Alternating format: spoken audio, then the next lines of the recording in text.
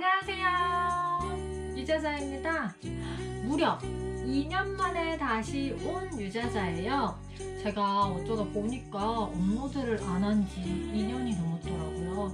분명히 북튜버로 활동을 하겠다고, 그리고 이제 독서 모임을 한다고 이렇게 알리는 동영상도 찍었었는데 제가 일신상의 이유로 많이 찍지 못했습니다.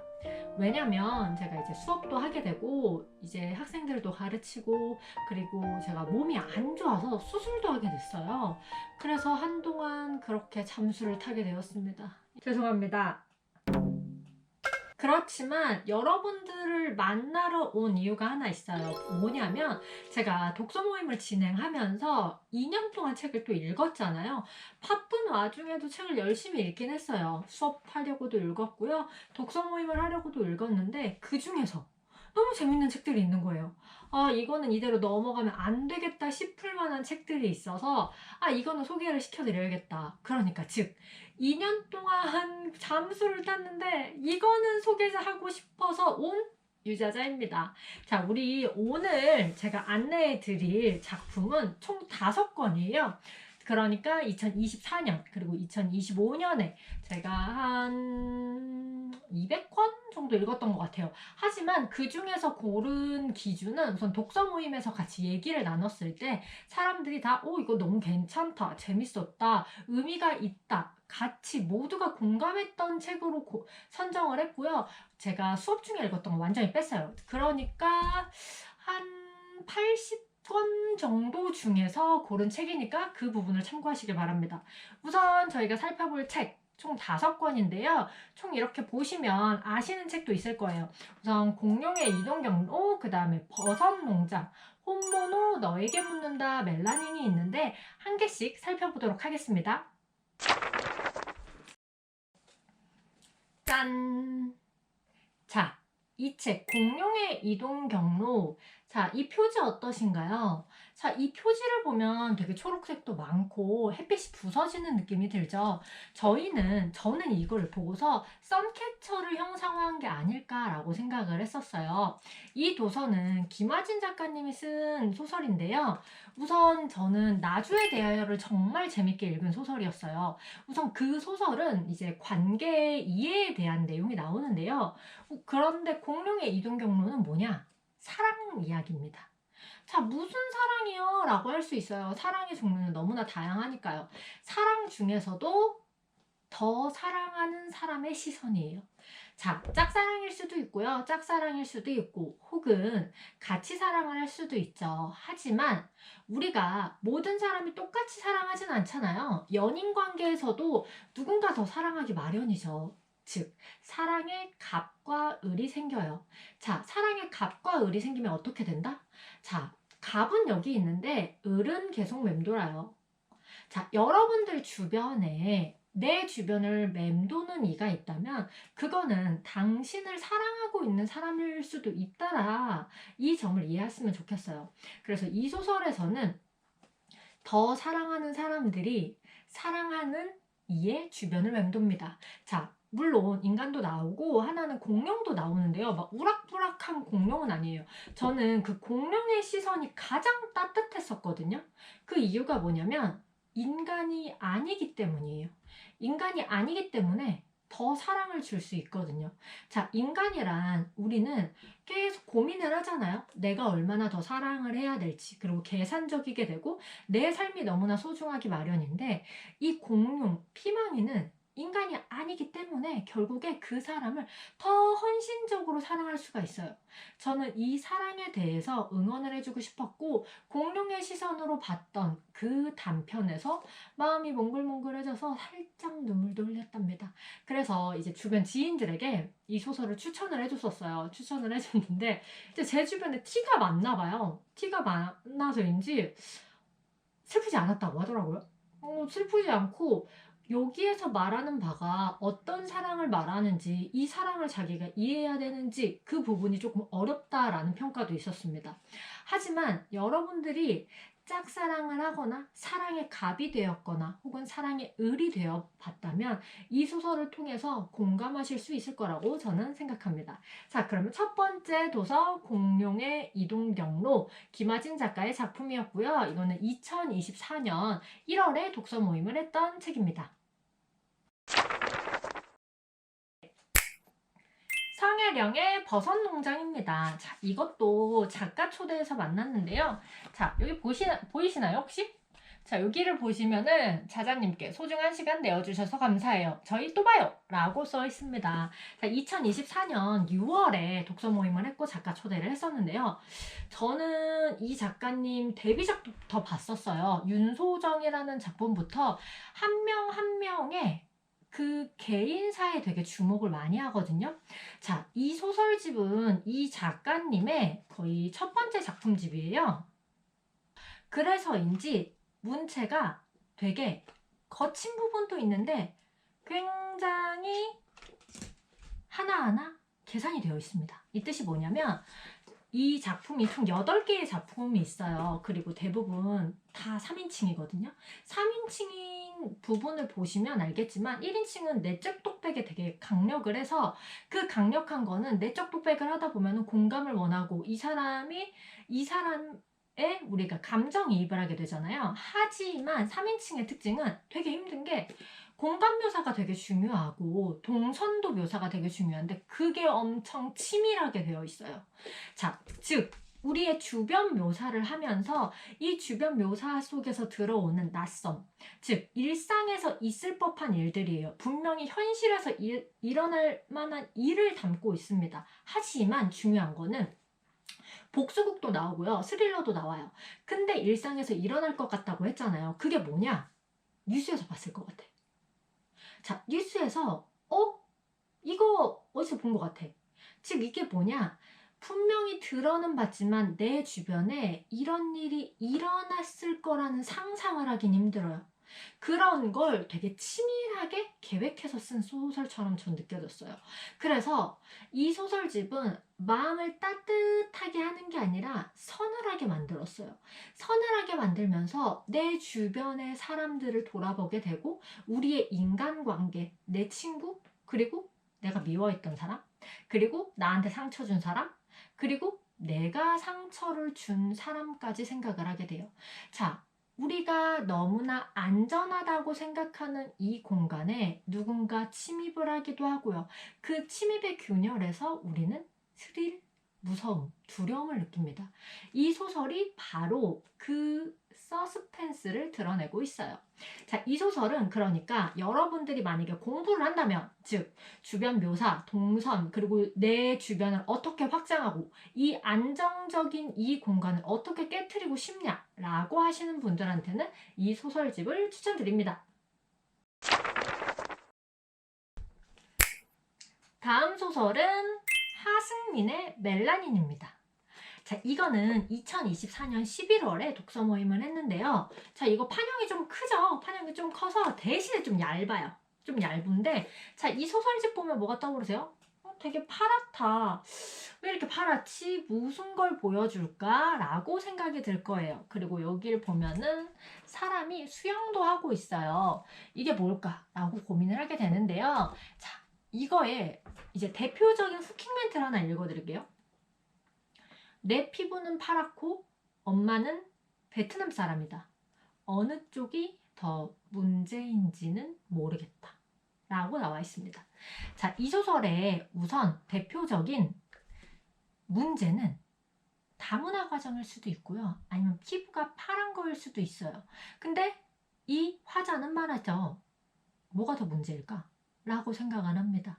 자, 피부가 파랗다는 거, 그리고 얘가 자유로울 수 있는 건 어디다? 물이다. 자, 물 안에서, 그리고 어두운 물 안에서 수영을 하게 되면 남들한테 비춰지지 않고 나의 피부색이 드러나질 않아요. 자, 그런데 완벽한 자유일까요? 라는 생각은 하게 되죠. 왜냐면 우리가 수영을 한다고 하면은 우리의 삶은 어디에 있나요? 물 안에 있는 게 아니라 육지에 있죠. 그렇기 때문에 이 친구가 이게 자유인가? 너무나 좋다라고 여기는 부분에서 완벽한 자유다라고 우리는 질문을 던지게 됩니다. 제일이는 삼촌을 따라서 미국에 가는데 분명히 파란 피부를 가진 친구들이 있거든요. 얘만 그런 게 아니에요. 종종 이런 친구들이 나왔거든요. 그런데 거기에서도 마음 편치가 않아요. 자, 미국은 대표적인 이제 자본주의의 시대죠. 자, 그 자본주의의 계급은 돈입니다. 자, 돈으로 점철된 계급 안에서 얘는 거기에서도 그냥 그런 앤 거예요. 그런데 엄마라는 사람이 있는 베트남에 갔을 때 얘를 쳐다볼 때 아무도 야릇한 표정을 짓지 않아요. 즉, 계급화의 온상이 된 그곳은 아니고요. 그리고 베트남이라는 특징도 가장 크죠. 베트남은 이제 국가적으로, 사상적으로, 이념적으로 다르니까요. 자, 동등하다는 사상이 있는 공간에서 제일이는 좀 더 마음이 편안해집니다. 그렇기 때문에 이 소설은 자, 차별, 계급이 나와 있고 뭐뭐주의라면서 사람을 계급화하는 걸 나타내는데요. 특히나 이제 그러니까 한겨레 문학상 수상작 같은 경우에는 차별에 대해서 되게 얘기를 많이 해요. 그러니까 사회적 이슈를 어떻게 작가가 자신의 눈으로 바라보고 있냐, 그거를 서술하고 있거든요. 즉, 우리 사회에서 우리는 또 다른 계급을 나누고 차별을 나누고 있지만 이건 과연 올바른가? 당연히 올바르지 않다라고 얘기를 하고 있죠. 하지만 우리도 가해자이고 피해자일 수 있다라는 점이 여기서 나타납니다. 자, 그래서 멜란이라는 소설은 자유, 계급, 그리고 모모주의, 그리고 우리의 자유는 정말 자유로운 게 맞나? 차별적인 시선은 우리는 어디까지 인정하고 있나를 스스로 판단하게 하는 작품입니다. 자, 멜라닌 하승민 작가의 작품이었습니다.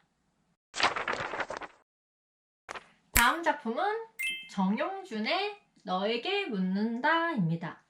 자, 이 너에게 묻는다. 이 소설은요, 이제 정용준 작가님을 또 만나게 됐어요. 이제 작가 초대로. 이거는 2025년 8월에 함께 읽었는데요. 여러분들도 잘 아시겠지만 정용준 작가님은 설릉산책으로 가장 유명하죠. 자, 그러면 이 표지를 함께 보면요. 자, 표지에서 보면은 조각조각 나 있는데 이렇게 또 기도를 하는 아기 천사가 있습니다. 이 아기 천사도 자세히 보면은 사방이 금이가 있어요. 그러니까 자, 아기 천사라는 존재는 뭔가요? 약자죠. 왜 약자죠? 어리기 때문에. 자, 힘이 어른보다 세지 않아요. 즉, 우리가 배우잖아요. 사회적 약자는 무엇입니까? 라고 할 때 대표적으로 나오는 게 어린아이죠. 자, 어린아이는 어디서나 폭력에 노출되어 있습니다. 그렇기 때문에 약자라고 지칭되고요. 자, 이 소설에서는 이렇게 말을 해요. 사랑이라는 말에 앞뒤에 뭔가를 붙이면 그게 용서가 되는 걸까? 자, 즉 이렇게 얘기를 한다면 내가 사랑해서 그러는 거야. 내가 사랑해서 너한테 이렇게 말하는 거야. 내가 사랑해서 너를 때리는 거야. 내가 사랑해서 너를 이걸 주는 거야. 자, 사랑이라는 이름으로 사람은 폭력을 행할 수 있다는 게 드러납니다. 자, 이 소설의 특징은 사적 제재가 나오는데요. 자, 이 사적 제재란 즉 법으로 해결하지 못한 일을 개인이 직접 해결하게 되는 거죠. 자, 여기에서 고민되어야 할 부분이 자, 사적 제재를 옹호하는 글인가요? 전혀 아닙니다. 자, 작가님께서도 말씀을 하셨던 것처럼 사적 제재를 옹호하는 글은 아니고 우리가 실제적으로 법 바깥에서 법에서도 보호를 받지 못하고 그렇기 때문에 법 바깥에서 행하는 것, 즉 우리는 이 대리 체험, 간접 체험을 통해서 조금 더 통쾌해질 수 있고요.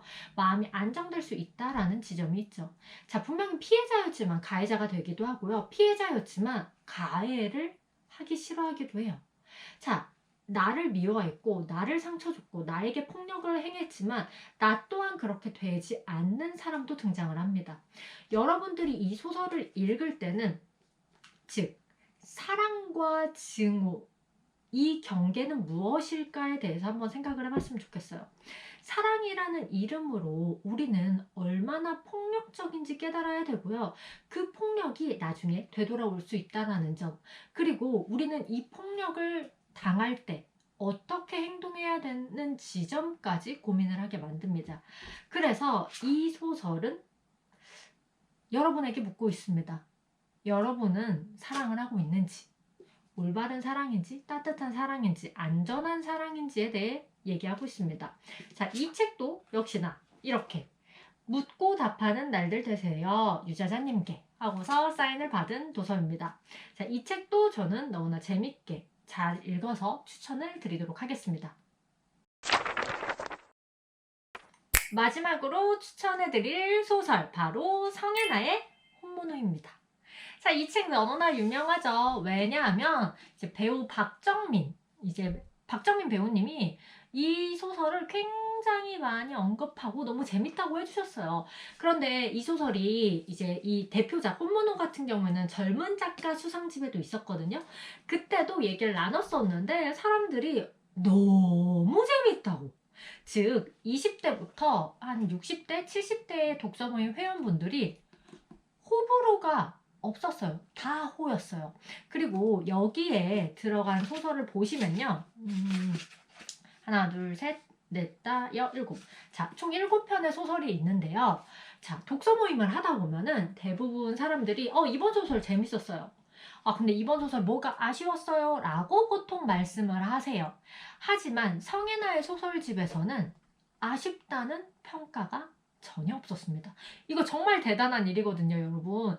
이게 무슨 뜻이냐면 전 세대가 좋아하는 소설이라는 얘기예요. 물론 근데 되게 강력해요. 자극적인 것도 있어요. 그리고 여러분의 마음을 쿡쿡 찌릅니다. 자, 특히 혼모노 같은 경우에는 이제 무당이 나와요. 신발 떨어진 무당도 나오고요. 작두를 타는 것도 나오는데 그 안에서 얘는 그럼 신발 떨어진 그냥 끈 떨어진 앤가?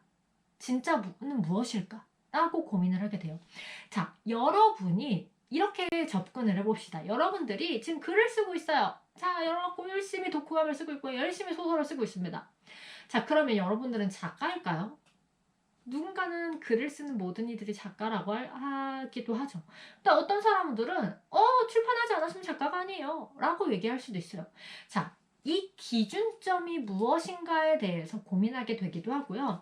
그 외에는 또 재밌었던 게 길티 클럽이 있는데 자, 이제 좋아하는 영화 감독이 생겼어요. 좋아하는 영화 감독이 생겨서 거기에 팬클럽도 나가는데 그 감독이 알고 보니까 이제 나쁜 짓을 했더라고요. 나쁜 짓을 했는데 그게 과연 바른가?